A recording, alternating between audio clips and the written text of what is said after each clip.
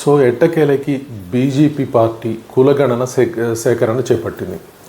So ఇది మరి రాహుల్ గాంధీ మనోభిప్రాయానికి అనుగుణంగా కాంగ్రెస్ పార్టీ కోరుకున్న విధంగా కులగణన చేపట్టింది. దీనికి పూర్తి ఒరిజినల్గా బీజేపీ పార్టీ వ్యతిరేకం.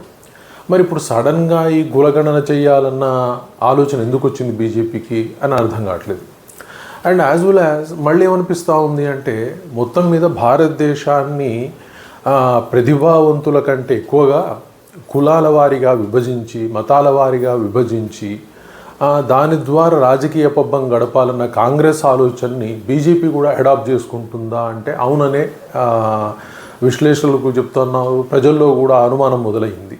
అంటే మనకి ప్రతిభ వస్తే ఎవరు మంచి ఎవరు చెడు అని చెప్తారు, ఇది కరెక్టా తప్ప అని ఆలోచిస్తారు. కాబట్టి బెటర్ వే ఏంటి అంటే మత కులాలు ఈ విధంగా డివిజన్ చేసుకుంటే, ఆ మతాల పరంగా విభజన చేసేసుకుంటే సో డెఫినెట్గా ప్రతిభ పక్కకి వెళ్ళిపోతుంది.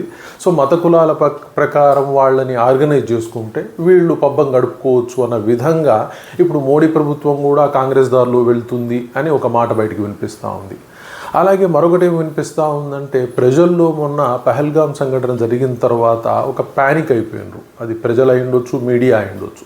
ఓవరాల్గా ఏమైపోయింది అంటే ఎంతసేపు యుద్ధం పాకిస్తాన్ మీద అని చెప్పేసి ప్రతి ఒక్కళ్ళు మాట్లాడుతూ ఉన్నారు. సో మరి ఇది మంచా చెడా ప్రమాదకరమా, నిజంగా దీన్ని యుద్ధం చేయబోతున్నారా అనేది ప్రజల్లో ఒక భాగానికి అర్థం కావట్లేదు. మరొక భాగం బలంగా కోరుకుంటా ఉన్నారు. మీడియా మాత్రం డెఫినెట్గా యుద్ధం చేయాలని కోరుకుంటా ఉంది.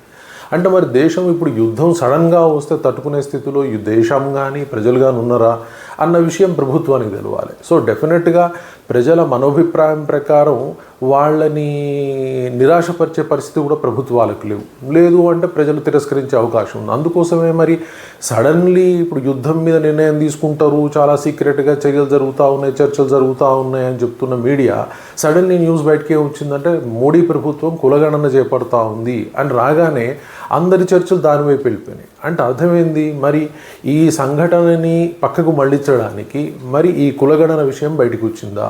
సో దీని ద్వారా ప్రతిపక్షాలు అయ్యుండు, ప్రజలు అయ్యుండొచ్చు, దీనిపై ఫోకస్ చేస్తూ ఉన్నారు. సో మరి నిజంగా ఆ యుద్ధ వాతావరణాన్ని పక్కకు జరపడానికి కానీ కులగణన తీసుకొని వచ్చిందా, మరి ఏం చేయబోతూ ఉన్నారు. ఓవరాల్గా అయితే ప్రతిభని పక్కకు జరిపి కులాలు మతాలతో విభిన్నంగా డివైడ్ చేసుకొని ప్రజలని పరిపాలించాలన్న రాజకీయ కుట్ర దీనిలో కనిపిస్తూ ఉంది తప్పితే మరొకటి కాదు.